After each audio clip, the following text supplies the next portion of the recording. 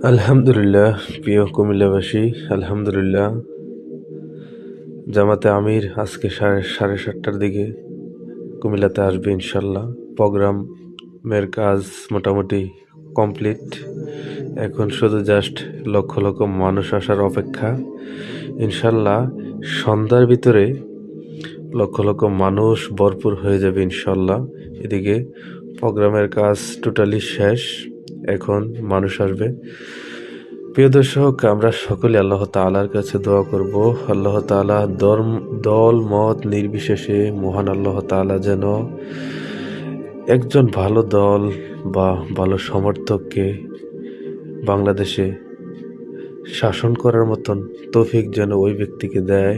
মহান আল্লাহ তাআলা যাকে ভালো মনে করে, শুধু জামাত ইসলামী নয়, যে কোনো দল, দেশ ও জাতির জন্য যারাই ভালো করবে আমরা তাদের জন্য দোয়া করি।